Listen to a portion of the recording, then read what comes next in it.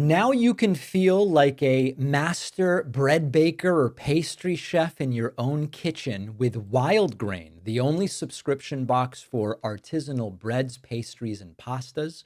Wild Grain takes the hassle out of baking. Everything bakes from frozen in 25 minutes or less. No mess, no cleanup. My favorite are the croissants, without a doubt. So flaky, so delicious. Wild Grain's boxes are fully customizable to your tastes and dietary restrictions. Go to wildgrain.com/David to get $30 off your first box, plus free croissants in every box. The link is in the description. Welcome to the David Pakman Show. My name is Dan Coe, filling in for David Pakman. Please send some vibes his way with a new baby to his family, and please subscribe to his channel. Please, if you also like what you hear today, subscribe to the People's Cabinet. I'm a former White House official who does analysis of the news as well as interviews with leaders shaping America's future. So I want to start with the Ukraine summit today in Alaska. A lot has been made about this, a lot of questions. I think the main question to ask, though, is that what evidence do we have that Trump knows how to outfox Putin? I would say there's not a lot. There's been a lot of admiration that Trump has thrown Putin's way. He has sided with Putin over U.S. intelligence about election interference. He has sent Putin COVID tests in the middle of COVID when Americans were dying. And more importantly, he seems to have this reverence for powerful dictators that obviously he views Putin in that same breath. There were two questions yesterday in the Oval that were particularly concerning that showed kind of where Trump's mindset. And I just want to read both of them. First, one of the questions, are you prepared to offer Vladimir Putin access to rare earth minerals to incentivize him to win the war? Trump says we're going to see what happens. The second question is, would you support or agree to reducing NATO troops in Europe and countries like Poland in order to get Russia to agree to a peace deal? Trump's response was, that hasn't been put before me. I'll think about that for later. Okay, so first and foremost, as we all know, Putin, unprovoked, invaded Ukraine. So the notion that we are going to try to bribe him and give him rare earth minerals that Putin would want in exchange for not trying to take over a country is puzzling at its face, but shows you Trump's mindset. More importantly, though, NATO is an alliance, and I want to play this clip from Senator Chris Coons for all of you who may not know the details of NATO that I think summarizes this most effectively. The North Atlantic Treaty Organization, or NATO, which just celebrated 75 years, is the most successful military alliance or treaty organization in history. And its core is Article 5, which says an attack on one is an attack on all. And it's only ever been invoked once, and that was when the United States was attacked on 9/11. And NATO troops served and fought alongside American troops in Afghanistan for 20 years and took casualties and sacrificed at about the same level as the United States on a per capita basis. They showed up early, they fought bravely, they stood alongside us. They could easily have thrown up their hands and said, this is not our fight. Mainland U.S. was not invaded, it was a simple terrorist attack, but they didn't. They came when called and helped defend the United States and our interests. So NATO stood with us after 9/11. And obviously, we are far away from Ukraine and Russia geographically. Poland is not. And NATO is standing with Poland to help make sure and dissuade any movement from Putin into Poland. That is the big concern internationally. The fact that Trump would even imply that he would question that alliance, reduce troops, put potentially Poland more in harm's way, is a warning bell for the world. And once again, is a reminder that this is not a president who honors the treaties that this country agrees upon. That makes us all unsafe. And so what is the ideal outcome of what's going to happen at the summit? For that answer, I brought on John Feiner. John Feiner is the Principal Deputy National Security Advisor to President Biden. His job was to oversee the entire national security apparatus for the White House. And he joined us to talk about this summit, best and worst case scenarios, and things we need to keep in mind. So without further ado, John Feiner. John Feiner, former Principal Deputy National Security Advisor. Thank you for joining us. Great to be here. So there's a lot of talk about this summit. about who's calling the shots and what's going to happen in it. I'm not asking you to go through the entire history of Ukraine in 1 minute, but if you could just give us a quick overview of how we got here.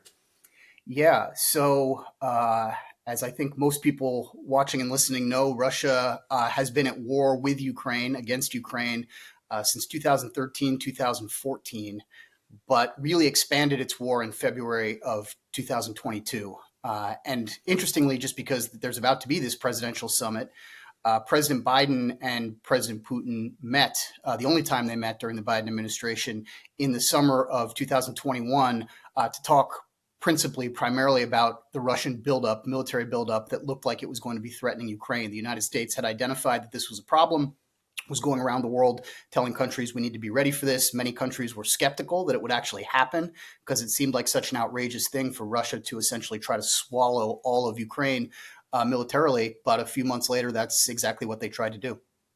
So what do you think is the goal of this? It seems like Putin was somewhat of the instigator of having this meeting. It's obviously happening in Anchorage, but there's some history there with Russia and Alaska in general. What do you think is the goal of this conversation from both sides? So from the U.S. side, there's two theories, and I have my own sense of which one I think is right, but I'll just lay them out so people understand what could be going on. One is that President Trump, having come into office very angry at Ukraine, believing that Ukraine was actually the country that was preventing peace in this conflict and wanting, I think, understandably and admirably, to try to end the war, believed that the way to do that was put a lot of pressure on Ukraine, get Ukraine to agree to a ceasefire, and then, of course, Russia, Vladimir Putin, who Trump has this affinity for, would make peace and the war would be over. So he did that. He put a ton of pressure on Ukraine, and we saw that when President Zelensky came to the Oval Office and they had that famously awkward encounter where Trump was basically scolding him.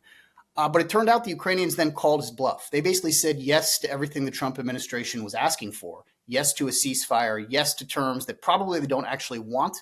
But they did this in what in a vacuum? I know it's like being willing to at least talk about ceding some of their territory to Russia. They hadn't actually agreed to do that, but they agreed to put those issues on the table.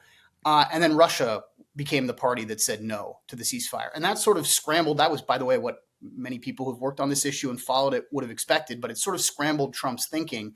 And so a month or two ago, he started to really harden his language, at least, about Vladimir Putin and about Russia. Started to threaten new sanctions against Russia and started to resume what he had stopped for many months, which is arms shipments from the U.S.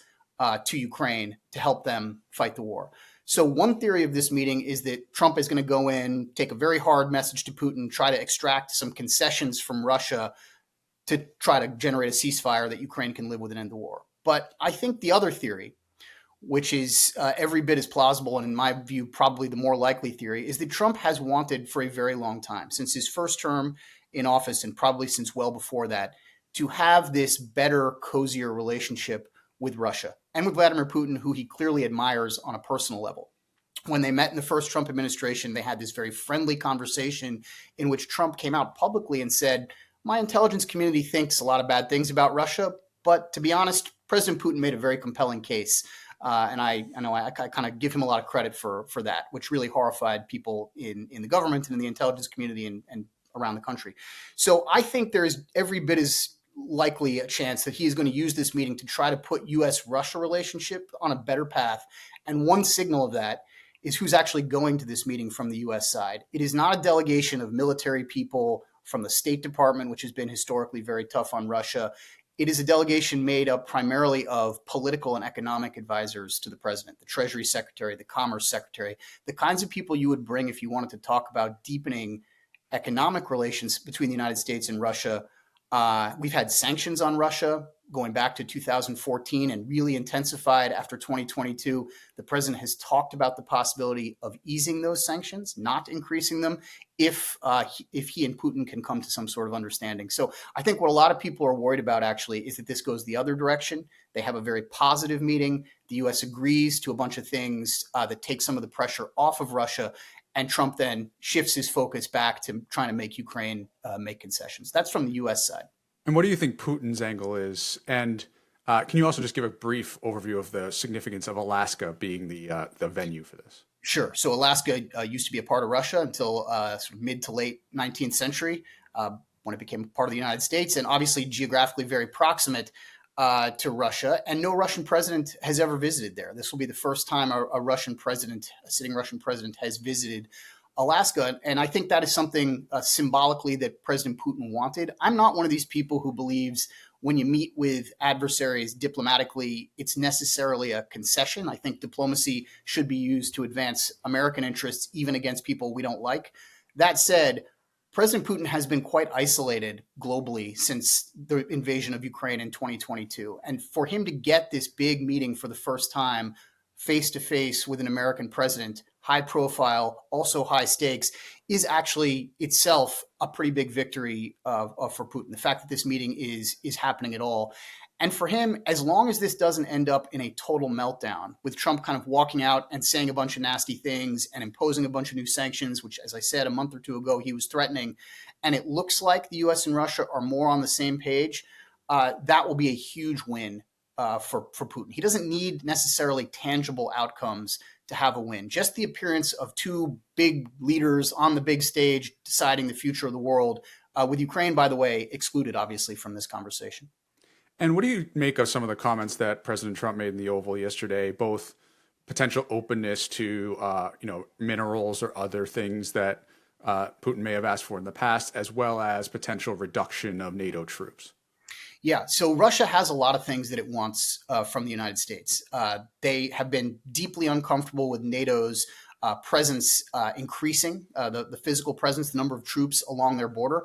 By the way, it's worth reminding people that in the Biden administration, we added 2 new countries to NATO after Russia invaded Ukraine, Finland and Sweden, which historically had been so-called neutral countries in Europe, not on the side of Russia, not on the side of NATO. But after Russia did what it did, they came into the alliance and added hundreds of miles to NATO's border with Russia, which was deeply unsettling for Russia. So yes, I do think President Putin will say to President Trump, look, all of these NATO troops on my border are very uncomfortable for me. They make the Russian people feel insecure, like we are going to be attacked by NATO. And if you want a more peaceful environment, you should pull some of those forces back or reduce their number. He will probably also say, look, all of this pressure that you're putting on Russia, it's hurting my country. It's hurting my people as they go about their daily lives. It's turning them against the United States. And if you want a better relationship, if the United States wants a better relationship with Russia, you should turn down some of that sanctions pressure, stop hurting my people. One other thing, Dan, that's just worth mentioning is that a lot of times when leaders get together, it's a big news event in the moment and then sort of fades in the aftermath. In U.S.-Russia relations, there has often been quite consequential actions that took place either in these meetings or just after them. When President Obama met President Putin in 2015, it was in New York at the UN General Assembly. I was there working for John Kerry. That happened 2 days later. The main topics of that conversation were Ukraine and Syria, which Russia was also helping, the Assad regime, which has since fallen. 2 days after that meeting, Russia, for the first time, sent significant numbers of troops and aircraft into Syria, just after President Putin met with President Obama. As I mentioned, when President Biden met with Putin, several months later, Russia invaded Ukraine. And in the Trump-Putin famous meeting in Helsinki, President Trump seemed to side with Putin and against his intelligence community. So unlike a lot of other diplomatic conversations, which are mostly about the photos and the optics, there often is consequential action that takes place either in these conversations or afterwards. And how do you feel with Ukraine not being in this meeting? Obviously, there's an incremental step, even if Putin and Trump come to an agreement. How unusual is that? And what is the typical process afterwards? Yeah, so I think the conversations that the Ukrainians and the Europeans have been having with their American counterparts in the buildup to this meeting have been along the lines of don't agree to something that's bad for Ukraine and expect us to go along with it. Expect yourself to be able to impose that agreement on Ukraine because Europe will stand with Ukraine. And you've seen President Zelensky come out and say, look, we are not about to make a bunch of concessions to Russia just because President Trump is going to meet with President Putin. Do not expect that. And I think the Europeans will back him on this. So whatever President Trump and President Putin agreed to, if they want it to actually be implemented in the world, it will have to be something that is consistent with Ukraine's interests and with how Europe sees the conflict, which sometimes is very different from how President Trump sees the conflict. And finally, just from an American interest perspective, what is the best case scenario of this summit and what is the worst case? I mean, honestly, for me, the best case scenario is that not all that much happens because I'm worried very much about the United States making major concessions to Russia, either in the meeting privately or even publicly when they talk to the press afterwards. And that President Trump sends what has been the stronger message he's been using publicly about Russia's responsibility and Russia's essentially guilt in continuing to prosecute this conflict against Ukraine. That's the best possible scenario, even if there are no real outcomes. The worst case scenario is that President Trump is charmed by President Putin, as he has seemed to be in the past, that he comes out of the meeting afterwards and says, we had this big, beautiful, he's got a lot of good adjectives, often fantastic conversation. And that I think we and the Russians are on a much closer path as countries and the two of us as leaders going forward. And that could mean things like reducing NATO presence in Europe and reducing sanctions pressure on Russia. I think those things would be disastrous for the United States, certainly also principally for Europe and for Ukraine, which is clinging to a sort of stalemate in this conflict, but it is fragile and day by day. And the US and Europe are keeping Ukraine in the fight.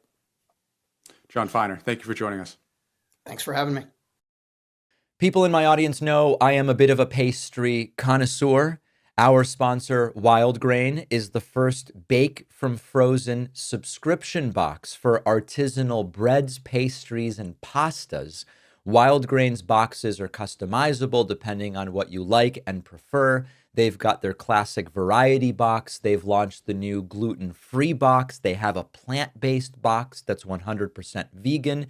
And it just takes the hassle out of baking because all items bake from frozen in 25 minutes or less, nothing to clean up.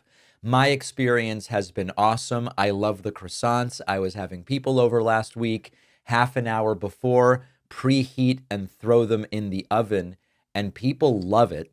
Definitely, the croissants are my favorite. The quality and the freshness of the items is extraordinary, and it is just so convenient. Go to wildgrain.com/David to start your subscription and get $30 off your first box, plus free croissants in every box every month. The link is in the description. I don't have a cat myself, but many friends and family do, and lately they have all been talking about Smalls. So when Smalls came on as a sponsor, I wanted to learn more.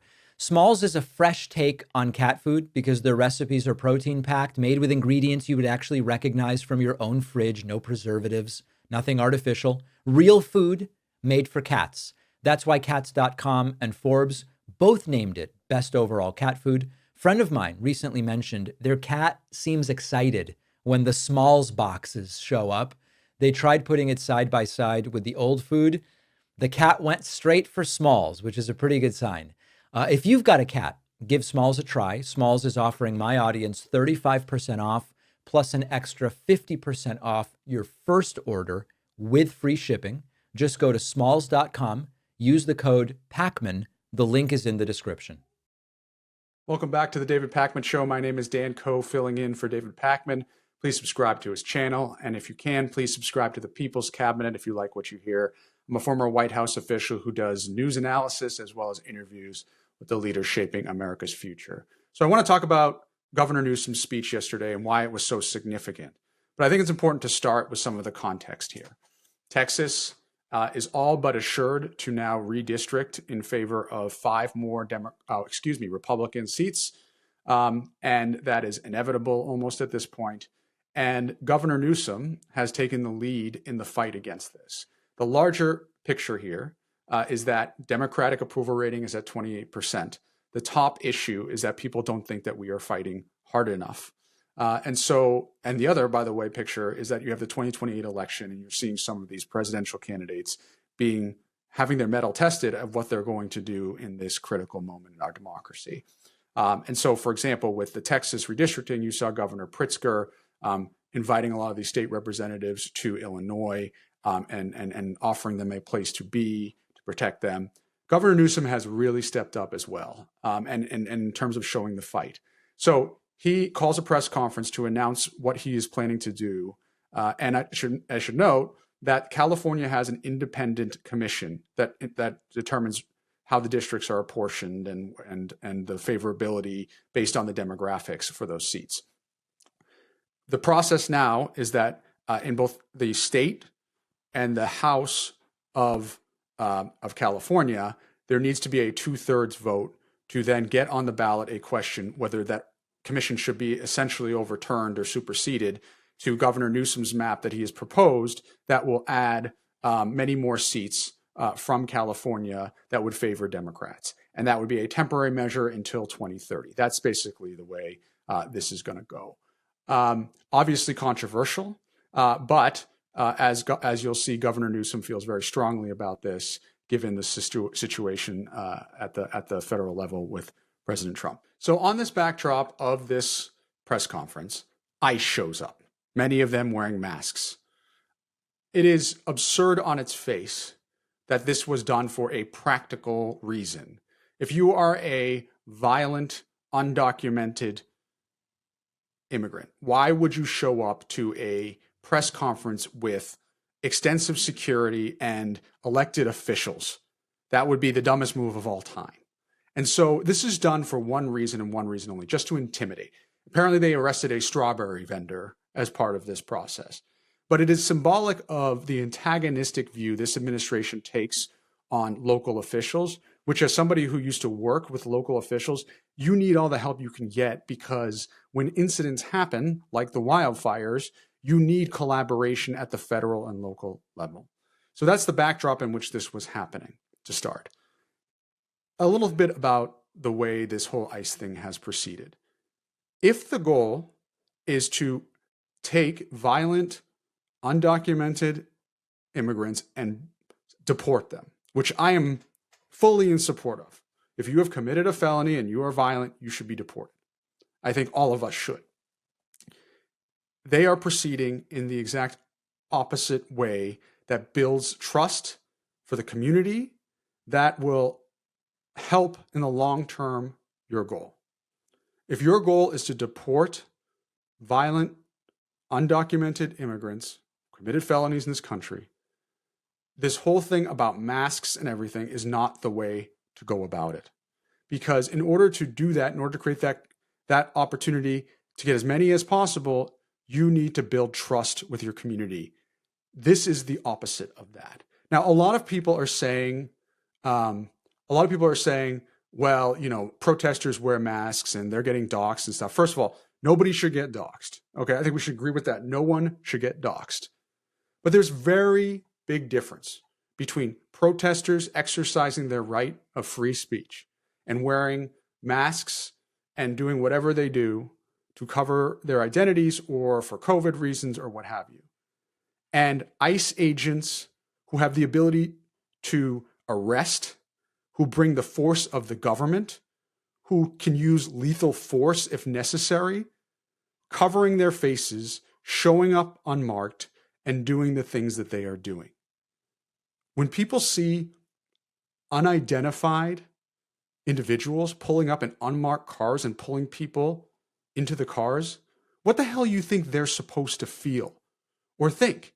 Even if you are fully supportive of what ICE is doing across the board, if someone pulled up and tried to take you into a car unidentified, how would you feel about that? Would you go along with it? Like, there's this whole thing about, people say, if I got pulled over, I would obey everything. And I don't understand why people get so scared or whatever. Well, if that's one thing, if a police officer shows up fully identified, but if someone pulls up in a van and tries to take you away, you bet people are going to resist if they don't know what the hell's going on or who the hell that person is. The fact that these people are walking around like Gestapo should concern all of us, and candidly just erodes the trust that you want to show. If you want cooperation with the community, if you want people to help root out those violent criminals, you build that trust. And we've come a ways since George Floyd. We've come a ways with body cameras and otherwise. But the reality is, this is not normal. This is not what has always happened. This is something that is new in the Trump administration. And so Gregory Bovino, a Border Patrol chief who was leading the administration's investigation, was out there saying, we're here making Los Angeles a safer place. Since we don't have politicians who can do that, we do that ourselves. I bet you if you asked Gavin Newsom or any of the other people there how they felt about violent, undocumented people, he would tell you that we should deport them. We should have them have due process, and we should deport them.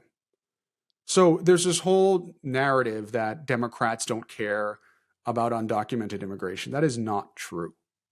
It is not true in the least bit. Of course, we want, by and large, I'm sure there are some people you could probably find on TikTok who wouldn't say this, right? But of course, we want violent criminals off our streets. If you are undocumented and you've committed a violent felony, you should absolutely be deported and you should have due process. But this notion that all of a sudden we should then be okay with masked men with lethal force going around, rounding up people, arresting strawberry vendors, terrorizing neighborhoods, making people afraid to go outside, American or not, should concern all of us. And there is a reason why Governor Newsom did this press conference as a symbol at the Japanese American National Museum. You know, in the 1940s, over 120,000 Japanese Americans, many of them U.S. citizens, were put in internment camps. Not necessarily because they had displayed some kind of loyalty to Japan over the United States, but because of suspicion and other things. Many of them were there for years. Okay, American citizens. So if you think that there is no precedent in history for, you know, a proxy for loyalty to the U.S. and terrorizing people for political gain or for situations of loyalty or what have you, or, you know, taking advantage of certain uncertainty and people's fear, that is one example that has happened in the last, 80 or so years. History repeats itself, ladies and gentlemen, and we need to be very vigilant that we do not go back to those times. And right now, there are communities of color, there are communities as a whole who are petrified of what's going on. And every minute ICE continues to do this is a minute in which trust is just eroded at a larger level. Some of the progress that we have made to improve police and community relations just continue to be affected by this. It's not just about undocumented. It's about our trust with law enforcement and our government and our people. It is exacerbated by all of the other things that we are seeing, which I'll get to later in the segment.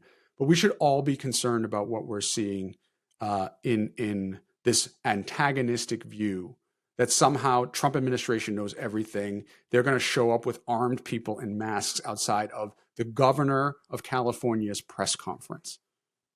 We should all think that that is fundamentally absurd on its face. So let's get to the press conference, because I think that's the main part of this. So as I mentioned, the governor is proposing this bill. It is clearly in response to what is happening in Texas. And this was his big speech around it. There's a couple things that I think is maybe interesting to talk about at its face that people who may have not worked in politics may not know. And so for every elected official, by and large, there is what's called an advance team. The advance team is responsible for things like putting on events. And when you put on events, a good advance team is very mindful of how it all looks and how it all fits together. So here is a picture of Governor Newsom speaking at this event. I want to just explain how thoughtful the advance team was here.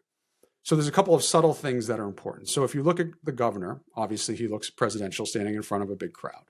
And you look at the people behind him, it is a constellation of people, a diverse crowd, men, women, people of color, to express this unity. A lot of labor unions were there. All of the leading elected officials were there, and symbolically standing behind Governor Newsom to say that this is not what we stand for as United States citizens and as Californians, and we're going to stand up to this.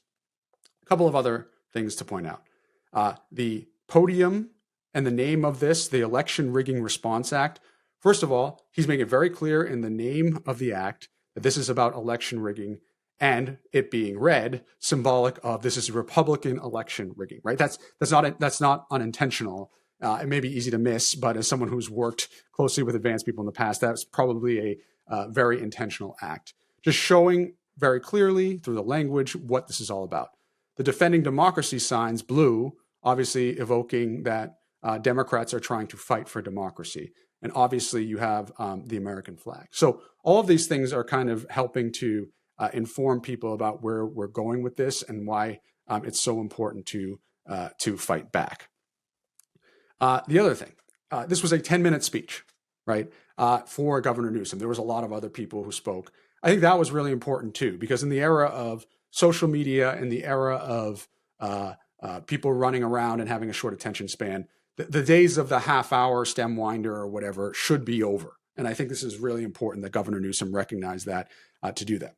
And so I want to play a couple pieces of the speech just to give some color and to say why I thought it was so important that he positioned it in this way. So first, let's start with this clip.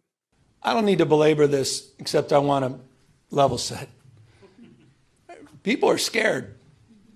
People are fearful. You had a United States senator that was thrown down to the ground in a federal building. Alex Padilla. J.D. Vance's name is Alex Padilla, not Jose Padilla. That's the Vice President of the United States. It's another museum not so far away from us. Talks about those 53 days. Some of you know what I'm referring to. Wake up, America. This is a serious moment. Wake up to what's going on. So I think it's really important that he points out that people are scared and that people need to wake up. I think it's important to acknowledge the fact that with all of what's happened in what's only 6 or 7 months, people are incredibly intimidated by what the president is doing. They're incredibly concerned about it. I think it's also important to remind people to wake up, because this is a president who has literally psychologically conditioned the United States with all the things that he is doing. And so people are not necessarily as sensitive to every single incremental step. But again, let's talk about how important it is that we fight back here because of these actions, And so let me play another clip here from a little bit longer in a speech. We're here with our state of mind, with the clarity of our purpose and conviction, to recognize that we need to reconcile the world we're living in. We do have agency. We're not bystanders in this world. We can shape the future, and that's what we intend to do today. We're here because Donald Trump, on January 6th, tried to light democracy on fire, tried to wreck this country, tried to steal an election, as Alex just said, by trying to dial in for 11, almost 12,000 votes. And here we are, in open and plain sight, before one vote is cast in the 2026 midterm election. And here he is once again trying to rig the system. He doesn't play by a different set of rules. He doesn't believe in the rules. And as a consequence, we need to disabuse ourselves of the way things have been done. It's not good enough to just hold hands, have a candlelight vigil, and talk about the way the world should be. We have got to recognize the cards that have been dealt. And we have got to meet fire with fire. So he says we are not bystanders, and essentially it's not just enough to have a candlelight vigil. We got to fight fire with fire. Let's play this out a little bit, because I think it's important. The Democrats right now have no power in the House, in the Senate, and obviously in the White House in terms of fighting back Republican legislation. The co-equal branch of government for Republicans has not done its job. That is just an objective fact. They have not stood up to Donald Trump. And so in order for us to have any way to push back against Trump, we have to win the midterms. We just have to win the midterms in 2026. And this is a fleecing of that chance by Texas and by the Republicans to redistrict to prevent that from happening. If we sit back and say, oh, we don't want to play this game, we will lose the House. And Donald Trump's reign over the country with all of what he's doing will just continue unchecked. I think it's really important to point out, especially as you're talking to people, the alternative here is we lose the House and Trump continues to have unchecked power for his entire term and potentially more, and we just can't let that happen. So then he goes on to say this. It's not complicated. We're doing this in reaction to a president of the United States that called a sitting governor of the state of Texas and said, find me 5 seats. We're doing it in reaction to that act. We're doing it mindful of our higher angels and better angels. We're doing it mindful that we want to model better behavior, as we've been doing for 15 years in the state of California with our independent redistricting commission. But we cannot unilaterally disarm. So I think it's really important how he ends it as well, talking about independent redistricting, how we have to model better behavior. There was a national bill proposed to essentially create independent commissions across the country to remove politics from this. This was by Democrats. Not a single Republican supported this. Okay. So the notion that this is politicians are all the same, parties are all the same, just really doesn't hold water when you actually look at the proof. And so I think this is really important that Governor Newsom has reminded people of this, reminds people that in 2030, this returns to the normal process, because people need to be reminded that this is not the same thing happening on both sides. It is very intentional that the governor put response in the act name that he put in there. And it is a sign that this is not something that Democrats want to do, but we are not going to sit back and just let us be ramrodded by this administration and let our democracy slip away because we want to play kumbaya and patty cake, right? We can't do that. Our democracy is at stake. We need to use every arrow in our quiver to stop that from happening. And so Governor Newsom should be applauded for the work that he is doing. He is taking a leadership role. Governor Pritzker is taking a leadership role. And all of our leading Democrats in this country need to do the same thing. Now, what else is on the horizon that we could potentially push back on? On September 30th is the deadline for budget and whether the budget can get approved by Republicans, a budget that is proposing extensive cuts, including cuts to law enforcement, et cetera. We need to use that as well as leverage. We need to push Republicans to stop gutting the very things that make us American, that make us safe, that provide funding for our kids and for our kids' future. All of this stuff is trying to be swept under the rug. And you will hear Speaker Johnson saying that Democrats are being obstructionist. I guarantee you that every time this happens in an opposite scenario, this happened with Democrats, that Republicans do the same thing. We would be fools as Democrats not to try to use the leverage of a government shutdown to try to get what we want and for people, for communities of color, for all of us, okay? Our most vulnerable, all of us, okay? So we should be fighting for that. We should be demanding from our elected officials what is next. How are you going to make sure that we get what we want in the budget? That is the next fight after this one. By the way, Governor Newsom's bill is not a fait accompli. Polling is showing it's going to be a very, very tight race. I understand the concern. I understand the reticence from some people to say we shouldn't do what Republicans are doing. But again, I want to remind people that if we let Texas go through, and by the way, they're not stopping with Texas. They're going to go to Indiana. They're going to Missouri. They're going to a bunch of places. We will lose the House. And whatever Donald Trump is doing now that's just getting warmed up will get even worse. And so we have to fight fire with fire. We have to fight back. And I challenge all elected Democratic officials and all of us who care about our country to stay in the fight with Governor Newsom, Governor Pritzker, and all of the other people that we see who are actually fighting out there. I want to talk about another issue around ICE that's much broader than just what we saw at Governor Newsom's press conference. The high level here is that this is an administration that thrives off of fear and intimidation. We've seen that over and over again. We've seen it with, as I mentioned, masked men showing up in unmarked cars, in taking video of the work that they're doing and putting it out on social media, of having images of alligators with ICE hats on, intimidating immigrants, etc. They thrive off that, and they want to see as much of that as possible. In the Big Beautiful Bill, there is money for 10,000 more ICE agents.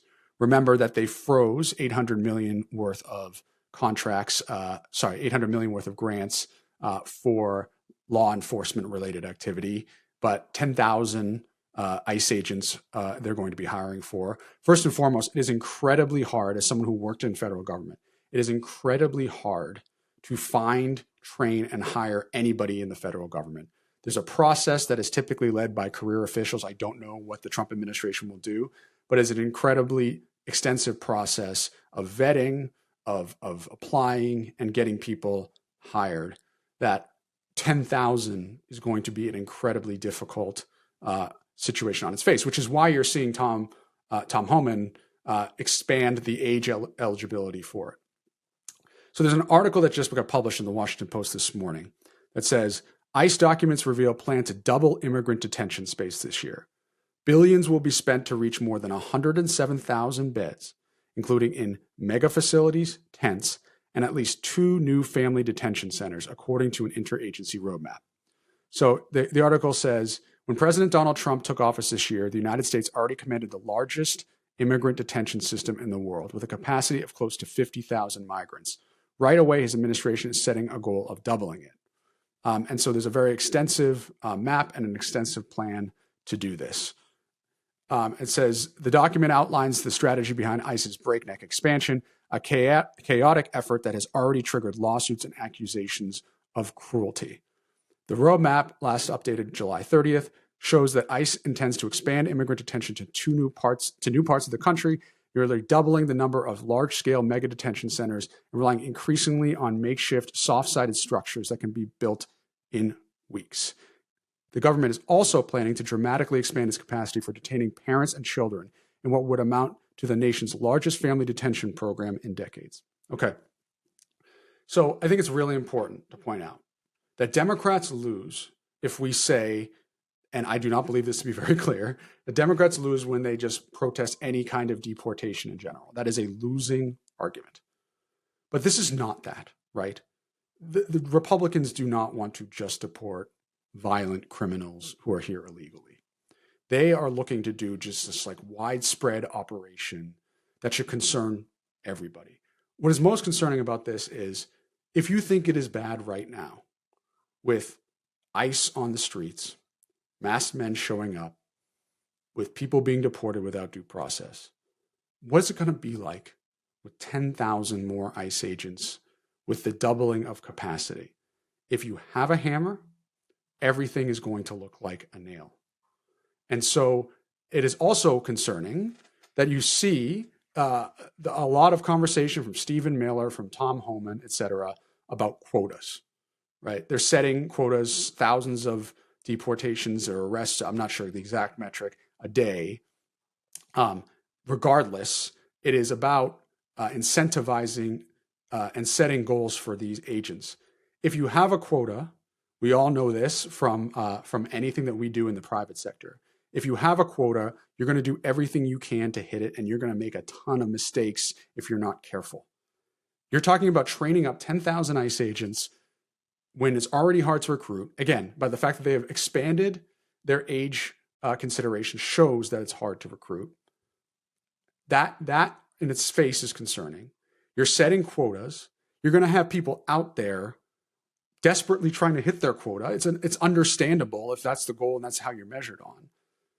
The terror in the streets and the concern that people will have in terms of terror, I mean that people feel, is only going to get that much worse.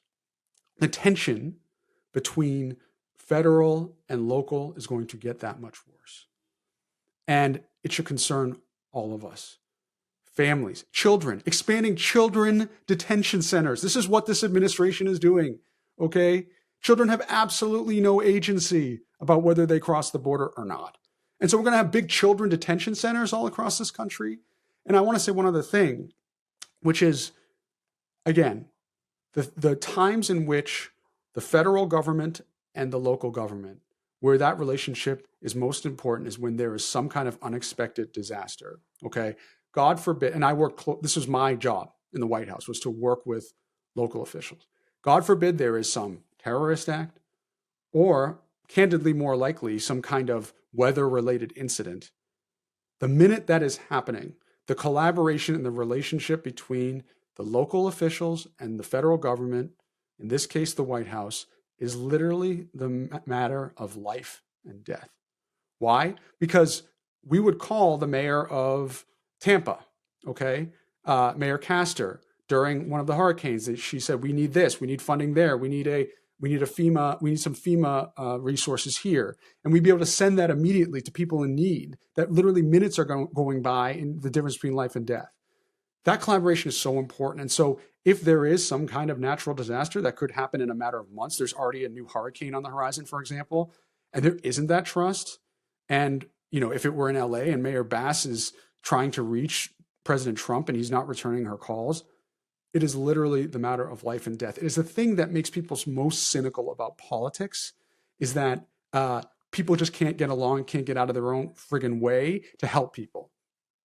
That is what this is setting up. It is setting up even more antagonism between local officials who say, listen, I know what I'm doing. Let me do my thing. And Donald Trump, who says he knows better. And he's basically saying that to everyone. So we need to gear up for this. We need to track very closely what they're doing. We need to see where they're setting up these detention centers, what quotas they're setting, and how we best fight back and be thoughtful about a strategy that is the positive, rational alternative. That every undocumented person here illegally who has committed a felony, violent crime, should be deported, and we should root them out. But the amount of harm that this administration is doing with ICE and trust in communities is unacceptable and un-American. We'll be right back. Donald Trump has already packed his second-term cabinet with loyalists. He's threatened deportation as political punishment. He's expanded executive authority in ways we have not seen in modern history. These are real changes that are happening right now. And what's even more alarming is that a lot of the media is either glossing over the worst of it or they're reframing it so it all sounds a little more palatable. And that is why I use Ground News. This is a news comparison tool. Doesn't just feed you headlines. It shows you here's how different outlets, left, right, center, are covering the same story. And this is one of the few tools I know of that can really help you detect the political spin, the bias, catch stories that your usual sources might downplay or not cover at all, on everything from immigration policy to economic shifts. If you want to get a bigger picture, a broader picture of what's being reported, Ground News is an invaluable source to keep you informed. And Ground News is offering my audience 40% off their top tier Vantage plan. You'll only pay $5 a month. Go to ground.news/Pakman or enter the code Pakman in the app to get started. The link is in the description. You say you'll learn a new language every year, but few of us actually follow through. That's why I always recommend Babbel. It's the app that finally made language learning stick for me. This year, I've got a trip to France planned. I've already started brushing up using Babbel's 10-minute lessons. The app is built around real-life conversations, not games or gimmicks. So I'm learning exactly what I actually need to know when I land. I've even been using Babbel's speech recognition technology to improve my pronunciation. Super helpful. Babbel is designed by over 200 language experts and proven studies from places like Yale and Michigan State. There's a study that found that using Babbel just 15 hours is like a full college semester of a language. They offer 14 languages and more than 16 million people have used it. They've got a 20-day money-back guarantee, so it is risk-free to try. Here's a special limited-time deal for my audience. Right now, get up to 60% off your Babbel subscription, but only for my audience at babbel.com/Pakman. Rules and restrictions may apply. The link is in the description. Welcome back to the David Pakman Show. My name is Dan Coe, filling in for David Pakman. Please send good vibes his way in the birth of his new baby and his whole family. I used to work in the White House and have a podcast called The People's Cabinet, as well as a YouTube channel. Please subscribe. It's so helpful as someone new to the content world to have new subscribers, and I deeply appreciate all of your comments and feedback. I want to start with an article in Politico about DOGE. So Politico just published an article called "Just How Much Has DOGE Exaggerated Its Numbers? Now We Have the Receipts." A Politico analysis of DOGE data reveals the organization saved less than 5% of its claimed savings from nearly 10,100 contract terminations. And so there's a lot in this article, but I just want to read one passage. Through July, DOGE said it saved taxpayers $52.8 billion by canceling contracts. But of the $32.7 billion in actual claim contract savings that Politico could verify, DOGE's savings over that period were closer to $1.4 billion. Despite the administration's claims, not a single one of those $1.4 billion will lower the federal deficit unless Congress steps in. Instead, the money has been returned to agencies mandated by law to spend it. Okay, so remember the big Madison Square Garden rally with Trump and Musk, where Trump asked Musk, how much do you think you can save from the government? His answer was $2 trillion. Now, anyone who spent any time in government knew that was complete horseshit, because there is so much that goes into the budget, and there's only so much that you can do with what is called the non-mandatory part of the budget. So wiping out defense spending, all of that, which I'm not advocating to do. Even if you were to do that, there would still be something like a $6.3 trillion budget that you would have to figure out where to get the money from. That only accounts for $700 billion or so. So how do we think about this going forward and the lessons that we could learn from DOGE? There's a lot in here, but to start, the amount of morale impact this has on career employees. There are 3 million employees in the United States who work for the federal government. It is so hard to recruit those people because the salaries are nowhere as good as the private sector. The top talent is always being drawn away. And so the way you do it is to provide good benefits and job security and the idea of patriotism to your country.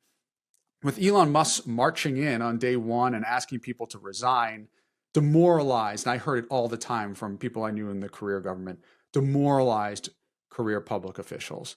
That was the first thing. The second thing is, Elon Musk had this reputation of this businessman coming in and being able to change things. He turned Tesla around, et cetera. It is this larger thought process of these business people who have no experience in government. And candidly, Donald Trump is another example of this, that they can just march in to the White House and to the administration, and they're going to have just as much success in an industry they know nothing about. Right? Many of these elected officials would not do well at Tesla or any private sector organization like that, but they know how to operate in government. Elon Musk had no idea what he was doing. And it became very clear at the outset that that was the case. So as we look at this and as we think about it, I think the lesson is government is a craft.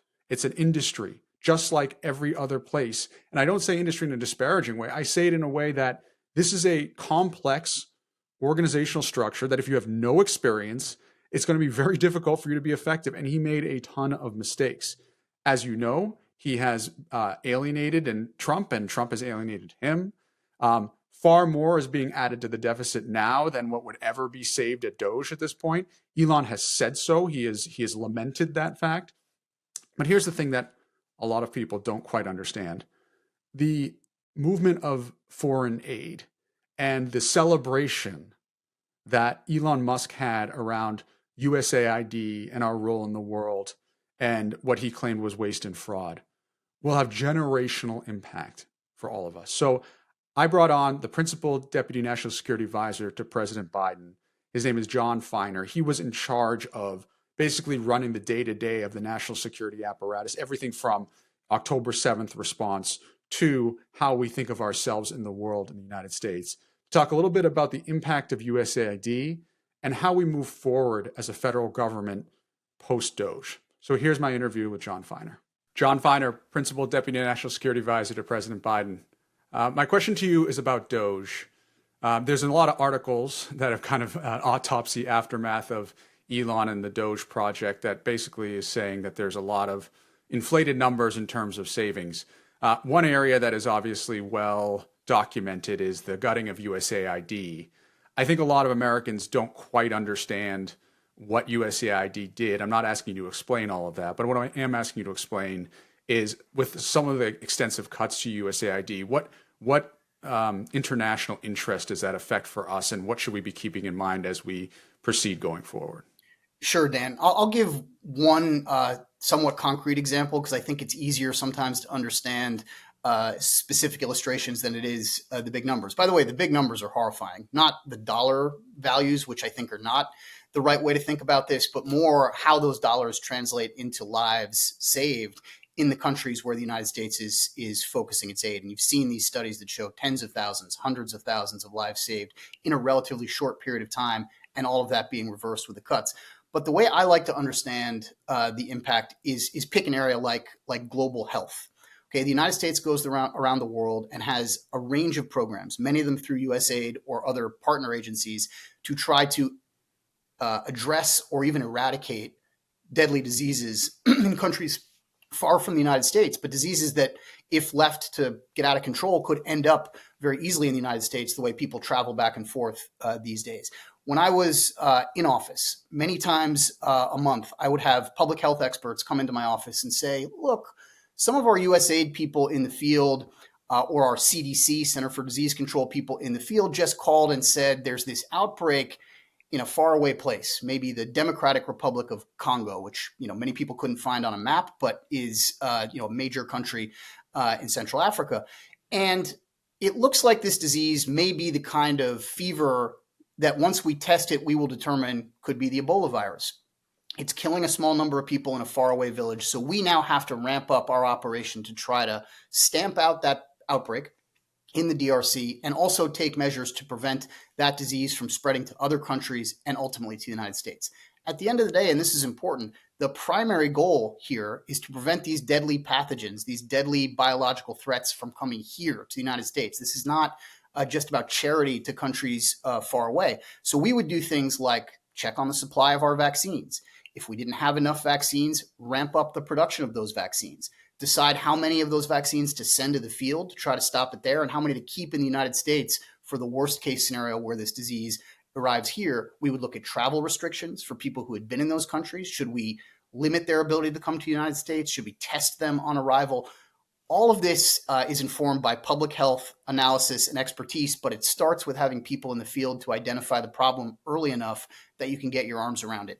I worry now that almost none of that is happening because of the cuts we've made, the people who are doing this work who have gone out the door, and we have put not just people far away at risk, but people here at risk as a result. Can you also talk about how foreign adversaries or allies even may fill in the gaps of the aid that we were giving and how that could be concerning to Americans? Yeah, it's not the purpose of our foreign assistance, but it's a very important ancillary benefit of it, that it helps us deepen our connection, our relations, improve our ties to other countries in ways that benefit us, all over the world. And pulling back those programs creates this vacuum in those relations that other countries can fill. And I think in places like Africa and even in South America, in our own hemisphere, in Southeast Asia, you are going to see countries like China and Russia rush in to fill the gap, not in altruistic ways, the way the United States sometimes does, but basically by going to these countries and saying, look, you thought the United States was a dependable partner. They're not, obviously. They just pulled all of this support from you. So you should move in the direction of us. And they will try to extract things from those countries, whether it's access to minerals that the United States also needs to fuel our future economy, whether it's votes in international institutions like the United Nations that go against our interests, whether it's siding with Russia or China as they try to coerce their neighbors, Taiwan in the case of China or Ukraine in the case of Russia. But they will try to use this to boost their support and their standing in the international community by basically saying the United States is not as good a partner as you thought. We're better, and you should move into our camp.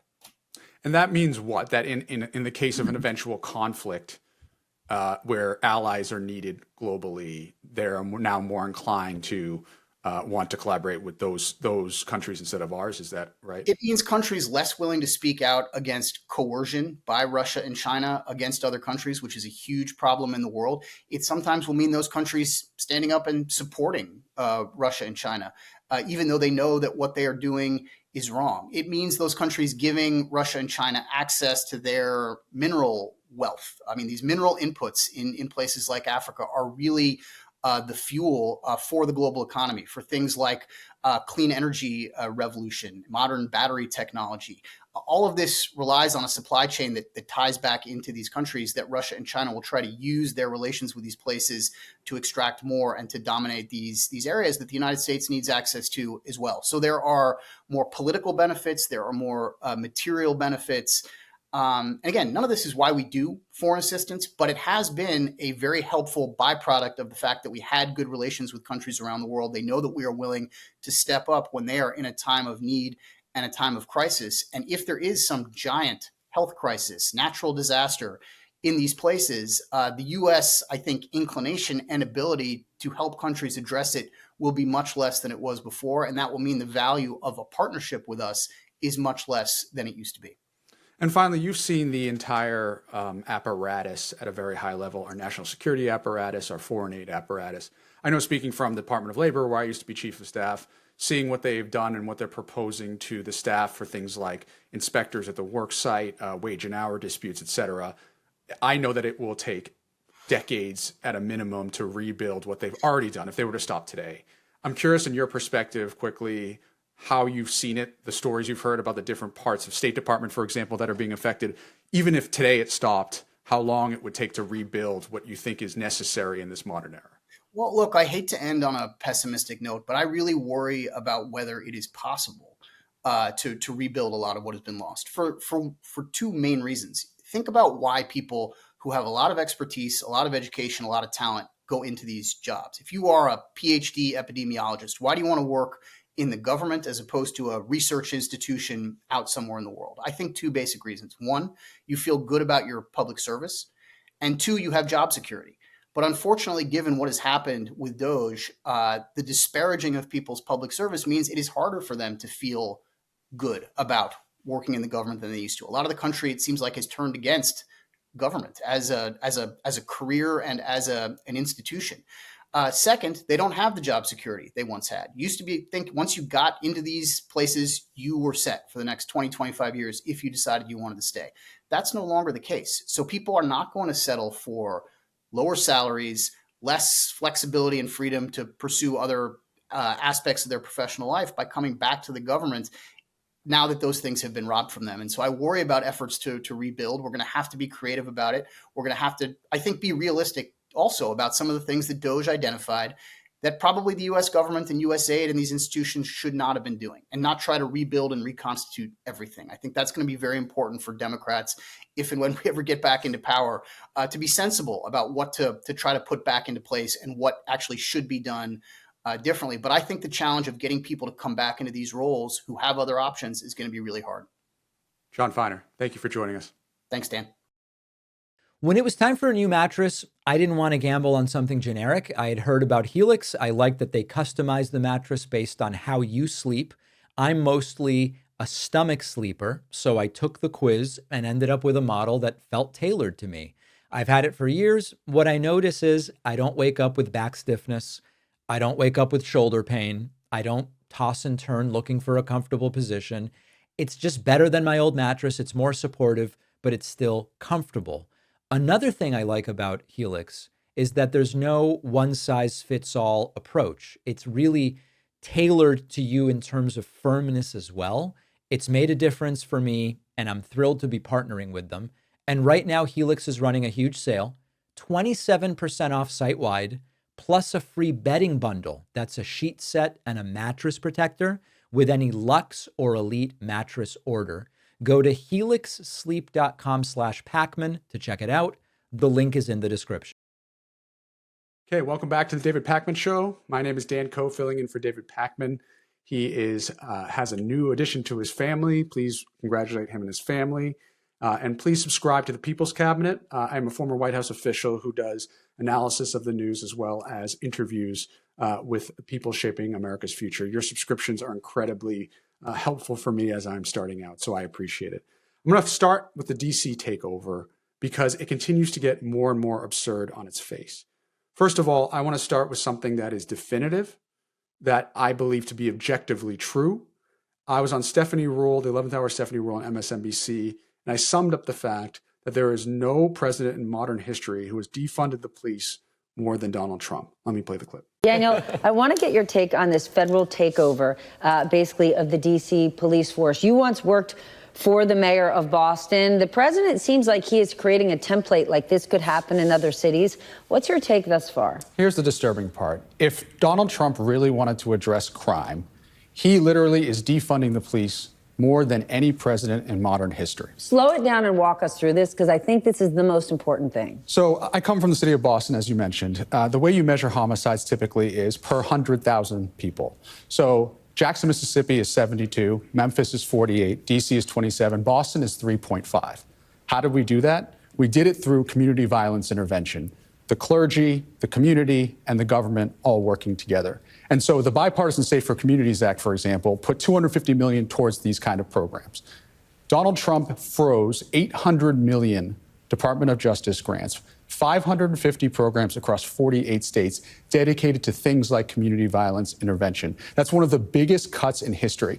He also froze 700 FBI jobs, 100 million from the alcohol, tobacco, and firearms, another 100 from domestic violence programs and violence against women at the DOJ. So if you actually want to address the problem of crime, you invest in these kind of programs. He's doing the exact opposite. And by the way, marching around Georgetown is not the way to reduce crime in D.C., okay? Marching DEA agents around the mall where there were 0 drug incidents last year is not the way to reduce crime. This is all about show, and this is all about control. It is true. And I want to elaborate on two specific cases, okay? One is Meridian, Connecticut. Any police department you talk to will tell you that overtime and paying for overtime is incredibly challenging. The budgets for police are not robust. And so having extra budget is really important. Meridian, Connecticut had a line item for over $100,000 worth of police overtime that was funded through federal grants that has now been frozen. That is a very tangible example of how Donald Trump is literally defunding the police. Okay? Secondly, there's a program called Youth Alive in California, Oakland, which is actually one of the places that Donald Trump claimed was a disaster. Okay? They work with youth who have been involved in violence and are in the hospital. So these are people who have been in, gang-involved things, shootings, what have you. They go to their bedside and they work closely with them to reduce the chances that they get into violence again. As I mentioned in the clip with Stephanie, this is what has been proven to work, right? Community violence intervention has been proven to work. They had $2 million from the federal government that just got frozen. $2 million gone, right? And again, 113 youth, 1 committed violence again. Just 1 out of 113. These are proven strategies that work. And there's examples. Everybody in every community can find a nonprofit that is doing valuable work like this. In the Bipartisan Safer Communities Act, as I mentioned, we funded this because we funded what works. This is not about funding what works for President Trump. This is about funding his whole administration of control. That is what this is. So let me elaborate on that for what we're seeing in the DC takeover, right? If you really cared about reducing crime in DC, and by the way, I think Democrats lose if we say, well, crime is low, so we shouldn't be bringing in more resources. I think everybody wants a safer city. Nobody wants to walk around in their communities during the day, at night, and feel scared. So even though it is true that DC is at a 30-year low, I don't think that our argument should just be that. That's why I talk about how he's defunding the police and he's defunding what works, because I think that is incredibly important and people don't talk about that enough. But even so, if you want to reduce crime in a place like DC, I think it is logical to say, okay, if I want to reduce crime, I'm going to deploy the National Guard and my resources to places where there is crime and address it. But that is not what this administration is doing. Billy Binion, a reporter, put out this map. Now, first, let me take a step back.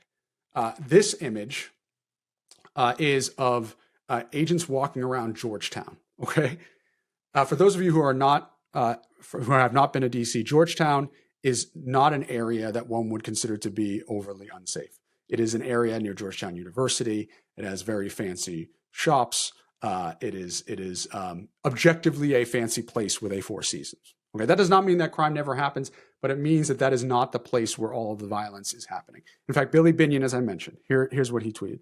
This is a map of DC violent crime since January. Georgetown has reported one criminal offense thus far. The majority of the neighborhood has seen no violent crime at all. Many other neighborhoods can't say the same. Taxpayer-funded solutions need to be based in reality. Now, he's absolutely right. As you look at this map, there are areas that do have higher rates of crime. If you look in some of the areas of Columbia Heights, in some of Southeast DC, where I'm sure if you talk to the police force, they would tell you they need valuable resources and that Donald Trump could actually help. But that's not what this is about. This is not about addressing those problems. It's about showing intimidation and flexing force. It's the same way that before you saw him with DEA agents on an area of the National Mall near the Lincoln Memorial that had 0 drug incidents, okay? It is because these are high visibility areas for the public. Most Americans know what Georgetown and Georgetown University is. And so if you send troops marching around there, people pick that up, okay? Same with the National Mall. When you come to DC and you come as a tourist or what have you, you go to the National Mall and you see, and so you recognize it. This is all about, Donald Trump's a reality TV star, right? And so he knows that if he puts those images out there, people are going to recognize it and it will quote unquote resonate with them about the kind of things that are happening in DC. That's what this is about. It's once again a reminder of Donald Trump's mentality, which is he is going to, almost like a matador with his cape, say, here's what I'm actually doing, when behind the scenes, he's doing something completely different. We see that, as I point out, with him defunding programs that actually help, that have proven to be effective. We see that in his work with standing up with minors and saying that he's fighting for minors with minors behind him, when he guts a program at HHS that combats black lung disease, which minors get when they go into the mines. We see him when he says that he stands for unions, when he has a member of the Teamsters, the president, at the Republican National Convention, but then he strips 400,000 people at the VA of their collective bargaining rights. We see this over and over again. The show of Donald Trump and the reality. This is yet another example that we're seeing in DC with this entire thing that is quote unquote anti-violence, but as a matter of fact, makes us all less safe. One last thing. The National Guard is a finite resource, okay? I know I talk a lot about natural disasters, but it's what I'm most concerned about right now in the short term, because there's going to be national disasters where the National Guard will need to be deployed. And every minute we are spending thinking about how we deploy the National Guard to DC or other cities that Donald Trump is planning is a minute we're not spent on preparing for that national disaster that is coming. That is what we should be using the National Guard for. And we certainly shouldn't be using them for symbolic marches around Georgetown in a time where people are already concerned about their futures, where trust between law enforcement and people are becoming more and more strained. This is not the way forward. So that's what's happening in DC, and we're going to keep an eye on that. Another thing that I want to talk about that may have not gotten as much attention is around AI and how Donald Trump is controlling our entire tech apparatus and the tech CEOs that will make us unsafe, but more importantly, will control the information that we're consuming. And I know I sound dramatic when I say this, but bear with me, because I think after I'm done with this, you will understand why I'm so concerned. So I think most of us know what ChatGPT is. We've all used it. And again, it's based on what's called a large language model. What does that mean? LLM. You'll hear LLM a lot. And so here's a very layman's terms example of it. It's basically like an advanced autocomplete. So you feed it tons of information, articles, what have you, and it begins to recognize patterns in the language and in the words. And it's so good at a certain point that it can predict the next word that the language will produce. So it's a very fancy way of saying it's an advanced autocomplete, okay? So if you ask a question, it will scour all of the data, use its pattern recognition to give you what they think is the best response. That is only helpful if you have the right inputs and right content that you fed it to train it. That's why you're seeing people saying we're training the model. That's the whole thing. And obviously, every single major technology company in this country, as well as many across the world, see dollar signs here.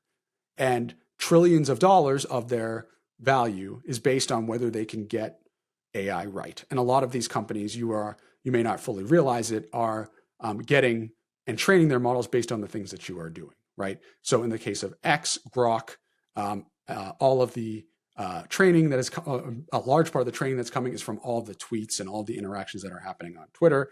Facebook and Meta are doing the same thing with all of the posts that you do on Facebook. And you can see it over and over again.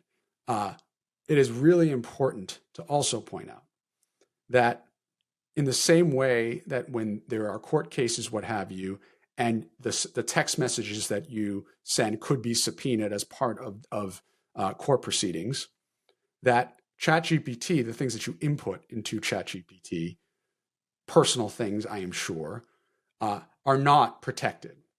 If you go to a therapist, for example, and you talk about something, there are certain protections that exist so that you can be open and you don't have to worry about it hurting you. That does not exist with ChatGPT and AI models writ large. And so that is very concerning for a lot of people, because I think a lot of people are very personal about their feelings on there. But it just shows you, I'm just illustrating that because it's just an example of the lack of protection in this new world that these platforms don't have, right? Lack of protection that they have, right? So why is this all relevant? And what is Trump doing? Because as you all know, there is nothing that Trump likes better than to regulate power and to control power. So I'll read this quote. On July 23rd, 2025, President Trump signed the executive order titled Preventing Woke AI in the Federal Government.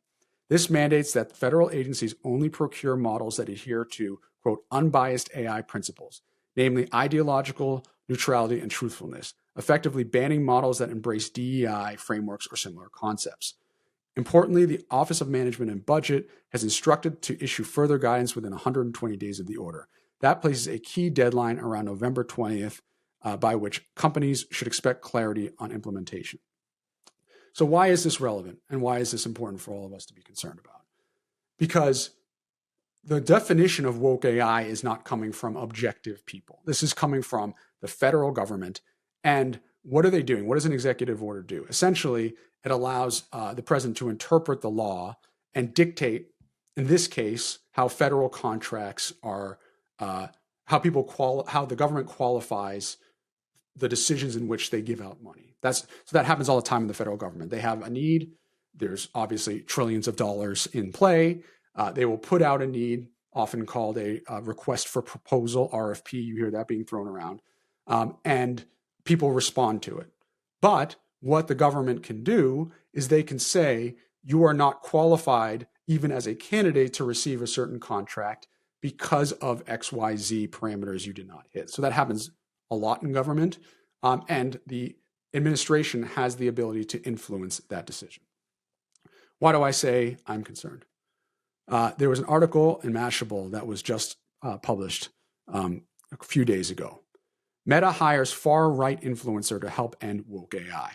Okay, it's a guy named Robbie Starbuck, and they hired him to be an advisor at Meta. Again, this is Facebook, Instagram, the platforms that many of you use every single day, to ensure its AI tools are free of ideological bias, quote unquote. This should concern all of us. It is one thing if Meta had announced that they're going to try to create neutrality in its AI models. That would be a panel of 3 left-leaning, 3 right-leaning people, and trying to make sure that the information that is being fed into these models are not biased by data. They're not even hiding it, right? They're hiring a conservative individual to help regulate what is being fed into their models. And by the way, this is exactly what Donald Trump is hoping for, because he can control, he has a massive apparatus, as I've talked about in previous shows, to get information out there that is favorable to him, right? The entire right-wing apparatus basically has just swallowed, with the exception of like Andrew Schultz and Joe Rogan, swallowed the BS about Epstein files and has stopped talking about it. And, it is absurd given how much they did talk about it. And now they're literally covering for this entire thing that's happening. But he knows that, at least as of now, you and I can go on ChatGPT or what have you and ask some questions, and he doesn't have as much control over what comes in and what comes out. But putting what could be billions of dollars at stake for these tech companies gives the tech companies an incentive to make sure that the models are to the liking of President Trump and his administration. So you bet you're going to read more from different tech companies about how and it's probably going to be sources unnamed, about how they're going to be feeding it more information that is favorable to Donald Trump. What does that mean in practice? It means that the amount of information that people receive is going to be now more biased towards the right, more biased to Donald Trump. One of the things that I think is like a tangible example of that is, and this is Meta, as you know, Mark Zuckerberg announced that he was getting rid of human fact checkers by and large. That was his big announcement, obviously in response to Donald Trump not liking that. One of the things that I think has actually been interesting is how Grok on X has played a role of fact checking. Now, I'm not suggesting that Grok is perfect. It has shown sympathy to Nazism in the past, obviously unacceptable. But for a lot of the fact checking, it has now been replaced by Grok, right? And I've actually, if I do say so myself, been relieved by the fact that there have been times where I've gone on TV, talked about a clear fact, talked about the defunding of the police by Donald Trump, and individuals who have sought to discredit me by going on Grok and asking Grok have given a fact-based answer that I gave that basically backs me up. But if Donald Trump is now the arbiter of good AI, what does it mean if all of the things that people are trying to do to establish a neutral, factual base goes out the window? That's what we need to watch out for. And the problem is we're not going to be able to track any of this overly closely from the back end, because a lot of these companies will try to develop these things. It's all black box anyway. Very few people understand how LLMs are put together. This is something that we need to harp on, because if all of a sudden all of our AI platforms are all feeding us conservative information that is favorable to Donald Trump at all times, our entire country could be radically transformed by it. And I don't believe I'm being dramatic by that. So we need to continue to monitor closely how this is proceeding. We need to monitor closely the deadline of November 20th. And we need to hold our journalists and we need to hold our public accountable to what could come next. The last thing I want to talk about is the Smithsonian. Okay. So the Smithsonian, of course, is a treasured institution. If you come to DC, you see all these different history museums, American History Museum, African American History Museum, National Portrait Gallery, all of these places that present our history, good and bad, and talk about and it's free for the public, right? So the problem is Donald Trump has now targeted the Smithsonian, and targeted in a way that, given my experience in the federal government, I'm particularly concerned about. Let me just read the headline from the New York Times. Historians alarmed by White House plan to oversee Smithsonian exhibits. The administration's plan to, in effect, audit the content of the Smithsonian museums drew criticisms from groups that represent scholars and promote free speech.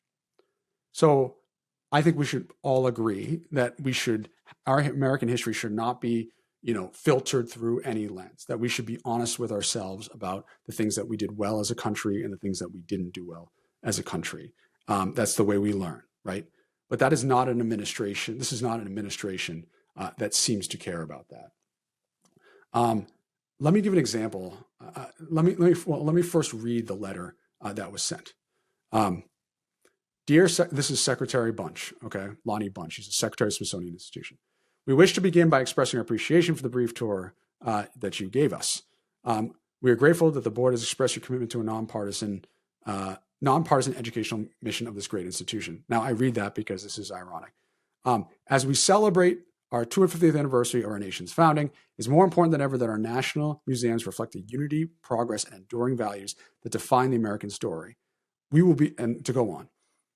In accordance with Executive Order 14253, Restoring Truth and Sanity to American History, we will be leading a comprehensive internal review of selected Smithsonian museums and exhibitions. This initiative aims to ensure alignment with the President's directive to celebrate American exceptionalism, remove divisive or partisan narratives, and restore confidence in our cultural institutions. Okay?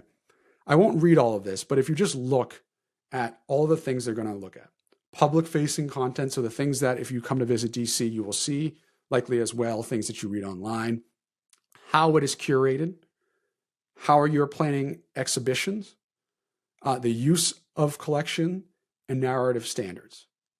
Donald Trump is literally trying to rewrite our history. I'll say it again. Donald Trump is literally trying to rewrite our history in the image that he and his team will seek. I want to go down and just show you the extent of the materials that they are looking to review. I should also take a step back. As someone who worked in the White House, every minute that is being spent on one thing, on X, is not a minute being spent on Y. The most valuable resource in the White House is not money, although that is obviously a concern and a resource. It's time.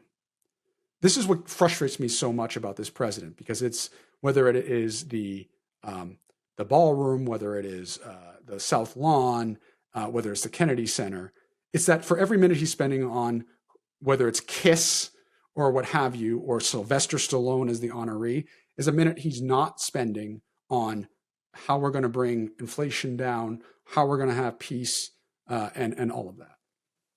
So look at the different things that they are planning on reviewing.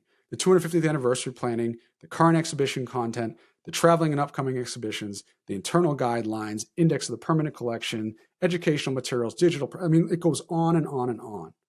This is going to be a huge, huge lift for the Smithsonian at a time in which they're trying to plan for historical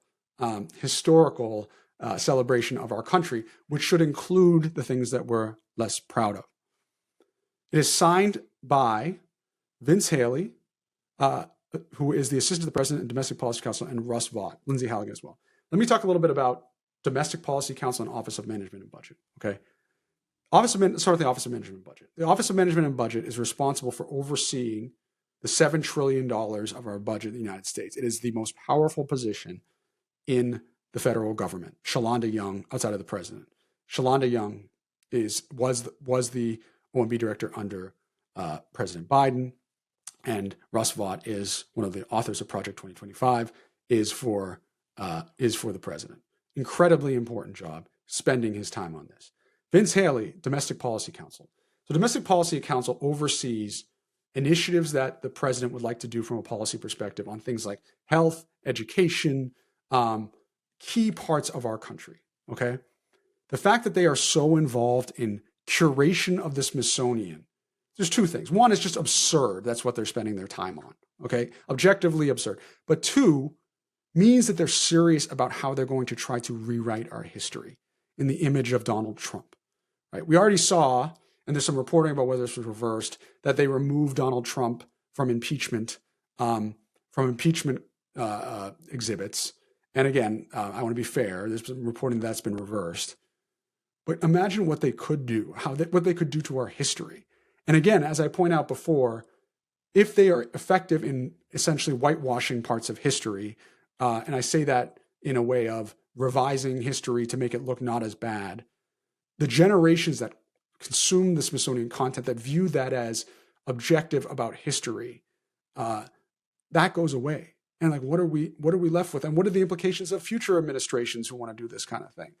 You know, time and time again in history, we have seen what happens when these leaders who are power hungry take away information from people. We're seeing it in the LLMs with AI, and we're seeing it in the very historical institutions that we hold so dear. I want to give an example of why this is concerning. Jillian Michaels on CNN Newsnight, a show that I am on, had a different lens of history about slavery. Let me play that clip. Have you looked at some of the things that are being reviewed? Slavery was a bad thing that was to talk about. Okay. Like, he's not whitewashing slavery. So he's not? He's not. No, okay. he's not. And you cannot tie imperialism and racism and slavery to just one race, which is pretty much what every single exhibit does. But let's talk about the fact that when you look at anti-slavery, let's talk about the fact. Slavery in America was. Do you realize that only less than 2% of white Americans owned slaves? But it was a system of white supremacy. You realize that slavery is thousands of years old? White people were Do you know the slave who owners. was the first race to I didn't try realize to this was end controversial. slavery? Well, what's controversial? I'm very surprised This is that an you're trying to extraordinary exercise in historical revisionism. I'm really surprised. Do you realize that Jillian, I'm surprised that you're trying to litigate who was the beneficiary of slavery and who was not. What I'm trying to tell you is that in the context of American history. Okay. In the context of American history, what are you saying is incorrect by is saying that it was white people oppressing black people? Every single thing is like, oh, no, this is all because white people bad. And that's just not the truth. Like, for example, every single exhibit, I have a list of every single one. Like, people migrated from Cuba because white people bad. Not because of Castro. Yes, no, it's in there. That's what I'm saying. You don't actually know what's in there. Do you know that when you walk in the front door, the first thing you see is the gay flag? Trying to justify, first of all, there's a lot of debate about percentages, et cetera, and families and what have you. But trying to justify slavery in this country because, let's even take her stat as it is, only 2% of all individuals own slaves, is by definition minimizing the horrors of slavery and the generational effects that it has had on our country. But if you don't have objective thought about our history, if you're not honest about what the impacts of slavery has been on our country over the long term, you get misinformation out there that attempts to lessen it. So we all need to be vigilant about this. We all need to see how they are proceeding here, and we should all be concerned about these actions of this administration. That's it for the David Pakman Show today. Thank you so much for tuning in. If you like what you heard, please subscribe, and please subscribe to the People's Cabinet. It's my YouTube channel. Again, we do analysis of the news. We can take you behind the scenes as someone who worked in government, and we also interview leaders who are shaping our country's future. So please, it's so helpful as a small creator to grow the channel with your support. I'm so grateful for all the comments, encouragement, discouragement, good feedback, and I look forward to seeing you again soon.